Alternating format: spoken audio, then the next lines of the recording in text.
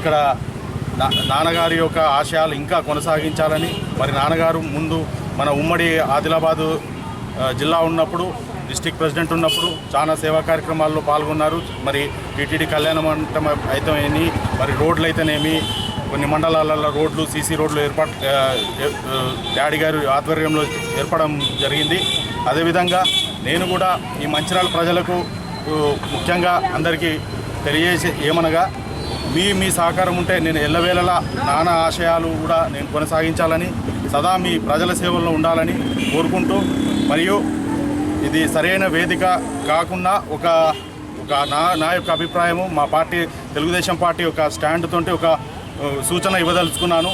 మరియు నిన్నగాక మొన్న శివరాత్రి రోజు మరి ఏదైతే సంఘటన జరిగిందో అది బాధాకరం.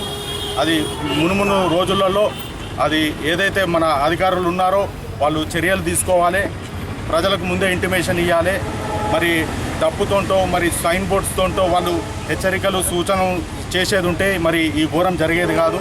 మేము త్వరగా స్పందించకుండా మేము మా పార్టీ తరఫున మేము నిన్న ధర్నా ఎవరైతే చేశారో అన్ని సంఘాలకు మద్దతు తెలుపుతూ, ఎల్లంపల్లి ముఖ్యంగా ఎల్లంపల్లి ప్రాజెక్టు అక్కడ ఎవరైతే అధికారులు ఉన్నారో వాళ్ళ మీద చర్య తీసుకోవాలని తెలుగుదేశం పార్టీ డిమాండ్ చేస్తుంది.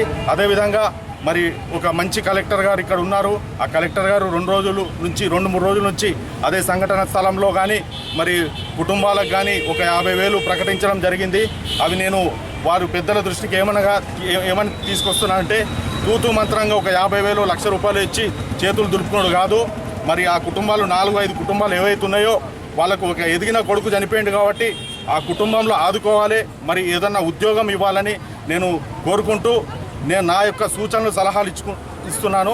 ఇది రాబోయే రోజులలో కన్సిడర్ చేసి ఇంకా ఏ కార్యక్రమాలైనా ముందు చర్యలు తీసుకోవాలని, ముందు జాగ్రత్తలు తీసుకోవాలని ఈ ప్రభుత్వ యంత్రాంగానికి మరి ఇక్కడ లోకల్గా ఉన్న దివాకర్ రావు ఎమ్మెల్యే గారికి సూచనలు ఇది మా యొక్క అభిప్రాయం.